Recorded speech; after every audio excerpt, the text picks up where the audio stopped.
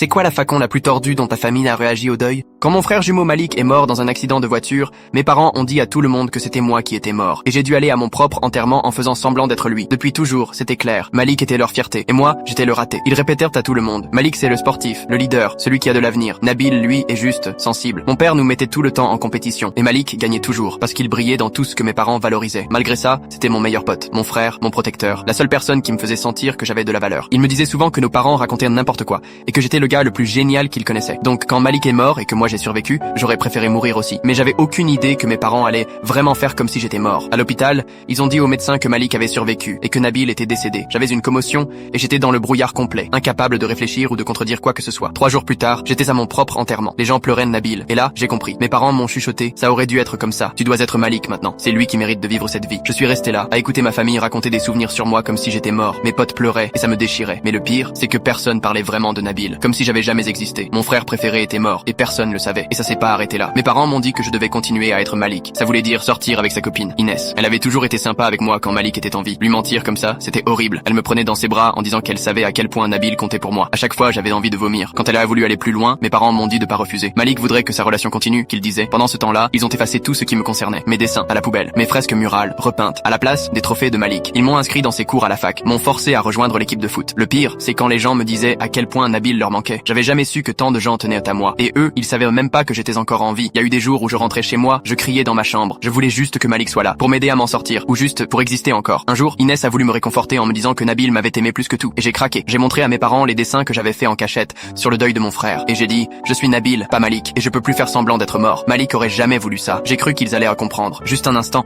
j'ai cru qu'ils allaient enfin me voir moi. Mais non, ma mère a hurlé. Comment tu oses, Malik? Et elle a dit que j'étais en train de salir la mémoire de Nabil, que j'avais perdu la tête à cause du choc. Mon père a ajouté que je faisais une crise psychotique, que j'avais pas supporté de survivre. J'avais beau crier, je suis Nabil, je suis vivant. Ils ont appelé un psy. Ils lui ont raconté que je souffrais d'un gros syndrome du survivant et que j'avais un trouble de l'identité. Ils lui ont montré de faux dossiers médicaux et ils l'ont convaincu de me mettre sous médicaments lourds. Quand ça n'a pas suffi à me faire taire, ils m'ont interné 3 mois dans un hôpital psy pour soigner le délire que j'étais Nabil et pas Malik. Mais quelqu'un m'a sorti de là. Inès. Elle avait toujours senti qu'il y avait un truc qui clochait, que j'étais pas Malik. Elle pensait que c'était le deuil au début, mais elle a pas pu ignorer toutes les différences, mes goûts, mes souvenirs. Elle a engagé un détective privé. Il a tout découvert, la vérité, que mes parents avaient inversé les jumeaux, que j'étais forcé à vivre une vie qui était pas la mienne. Quand Inès est allée les confronter avec les certificats de naissance et les tests ADN, tout a explosé. Mes parents ont été arrêtés pour fraude. Ma pierre tombale a été changée. Maintenant, c'est le nom de Malik dessus. J'ai 22 ans aujourd'hui et je suis officiellement vivant en tant que Nabil.